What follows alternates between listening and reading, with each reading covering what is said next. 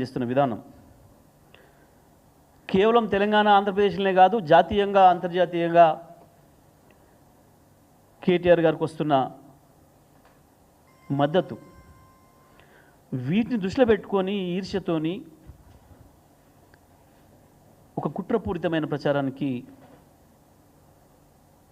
పూనుకొని దుర్మార్గమైన దాడి చేస్తూ ఉన్నారు. ఈ విచారణ పేరు మీద, ఆ విచారణ పేరు మీద. ఇది కేవలం ఒక రేవంత్ రెడ్డిది కాదు. రేవంత్ రెడ్డి ఆఫ్టర్ ఆల్ ఒక టూల్, బీజేపీ, తెలుగుదేశం, చంద్రబాబు చేతుల్లో ఒక టూల్ మాత్రమే. చంద్రబాబు తన ఆటలు తెలంగాణలో సాగవని, బీజేపీ పేరు మీద కూడా తెలంగాణలో ప్రజలు మద్దతు ఇస్తలేరని, పథకం ప్రకారమే రేవంత్ రెడ్డిని కాంగ్రెస్లోకి పంపించి ఇక్కడ ఒక కీలుబొమ్మలాగా ఆడిస్తున్నారు. పేరుకు కాంగ్రెస్లో ఉన్న రేవంత్ కేవలం మోడీ, చంద్రబాబుల చేతిలో కీలుబొమ్మ మాత్రమే. ఈ జరుగుతున్నది మొత్తం కూడా దీని వెనకాల సూత్రధారులు వాళ్ళు. నిజమే, మాకు మొదటి నుంచి కూడా తెలుసు, కత్తి అవతల వాడిదైనా పొడిచేది మనవాడే అని. ఇది ఒక మాకే కాదు, చరిత్రలో చాలా ఉన్నాయి ఇటువంటి. అది ఇక్కడ మళ్ళీ పునరావృతం అవుతుంది, కొత్త ఏమీ లేదు. మాకు తెలుసు, మేము ఎదుర్కొంటాం దీన్ని, అందులో సందేహం ఏమీ లేదు.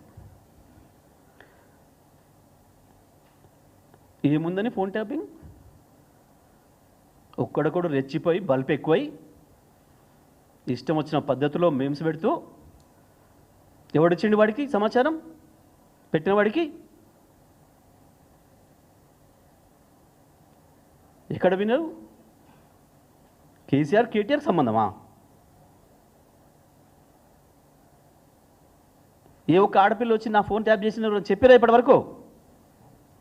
ఏ బల్బుతో పెడతాడు వాడు ఎవడైనా సరే? దేని కొరకు? ఇది మీడియా హౌస్ అనకపోతే స్లాటర్ హౌస్, మీడియా హౌస్ ఎట్లా అంటారు స్లాటర్ హౌస్ అనకపోతే? ఏం దాడి మీరు చేస్తున్నది? మా వాళ్ళు నిరసన చేస్తే ఒక రాయి ఏదైనా నీ కారు పగిలిందే మద్దం. కానీ మీరు చేస్తున్న దుర్మార్గంతో ఎన్ని లక్షల హృదయాల్ని గాయపరుస్తున్నారు, ఎన్ని కుటుంబాలను ఆత్మక్షోభకు గురి చేస్తున్నారు. ఇవాళ లక్షలాది మంది మా ఆడబిడ్డలు ఏడుస్తున్నారు ఇళ్లలో. ఏంది ఈ దుర్మార్గం, ఎందుకు మాట్లాడతలేరు మీరు అని మమ్మల్ని అడుగుతున్నారు.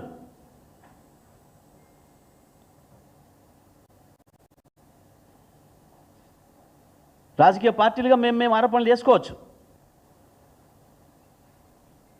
అది మా మధ్యన ఉంటుంది. మీడియా హౌస్ పేరు మీద పర్మిషన్ తీసుకొని స్లాటర్ హౌస్ నడిపి మీకు ఎవడిచ్చిండి? ఇది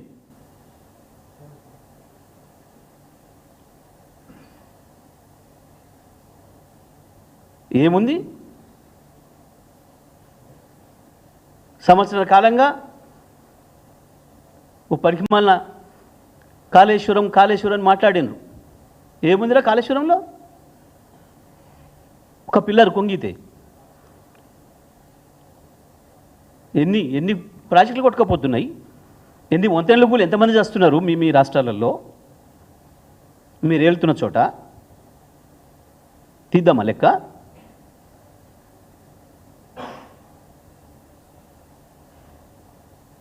ఇక్కడేదో కొద్దిమంది నీచుల్ని అడ్డం పెట్టుకొని ఒక సీరియల్ లాగా కూడా కాదు, సీరియల్ సిరీస్ నడుపుతున్నారు. ఒక్కడు ఎవరైనా నా ఫోన్ ట్యాప్ అయింది, నా ఫోన్ వీళ్ళు విని నా సమాచారం, నా రహస్య సమాచారం తీసుకొని నాకు నష్టం కలిగించడం చెప్పిన మనిషి ఉండే ఇప్పటివరకు ఎవరైనా? ఒక మహిళ కావచ్చు, పురుషుడు కావచ్చు, ఎవరైనా ఉన్నారా? ఇగో ఇది మా ఫోన్, తెలంగాణ ప్రభుత్వం ఉన్నప్పుడు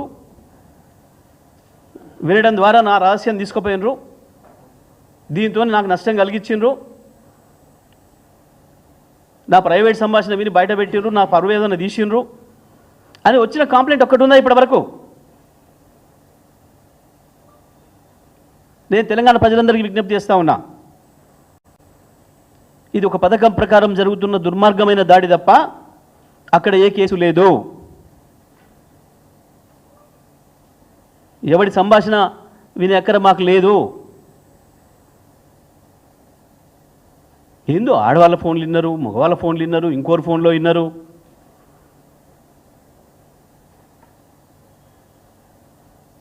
వీళ్ళ ఫోన్లు విన్నారు, వాళ్ళ ఫోన్లు విన్నారు, ఎవరిని వదిలిపెట్టలేదు. ఎవడి ఫోన్ని ఎవరి దొంగతనం బయట పెట్టిండ్రు, ఎవరిని పెళ్ళని సమాచారం ఇచ్చిర్రా? మీరు చేసిన తప్పుడు ఫోన్లకి ఏమైనా దేనికి భయపడుతుండ్రు? మీరు ఎవరు తప్పుడు పనులు చేశారా ఫోన్లలో మాట్లాడి?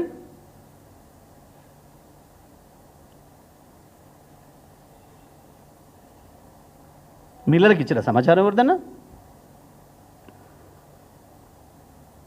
మీ వాడు పలానాతో మాట్లాడినా ఒకటి చెప్పినరా? బయటపడుతున్నాయి కదా మీ భాగవతాలు ఇప్పుడు ఒకటి.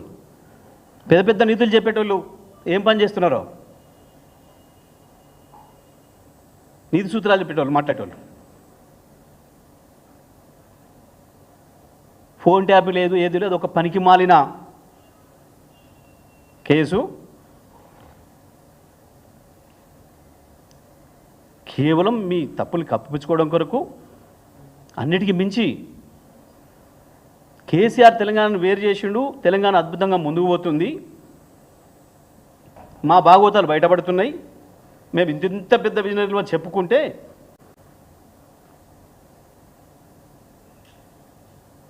ప్రజలు నమ్మే పరిస్థితి లేదు. మొత్తం సమాజం కేసీఆర్ వైపు కదులుతుంది. ఒక తెలంగాణనే కాదు, భారతదేశం అంతా కూడా చూస్తుంది కేసీఆర్ వైపు. వాళ్ళ ఎంత అద్భుతంగా 9 ఏళ్లలో భారతదేశంలోని రికార్డులన్నీ తిరగరాసి అభివృద్ధి అంటే ఏందో, అభివృద్ధి ఫలాలు ప్రజలకు ఎట్లా చెందాలనో,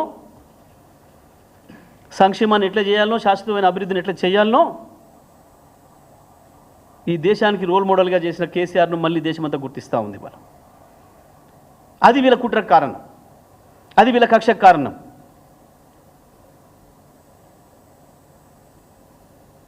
దాని కొరికే జరుగుతున్నది ఇదంతా కూడా.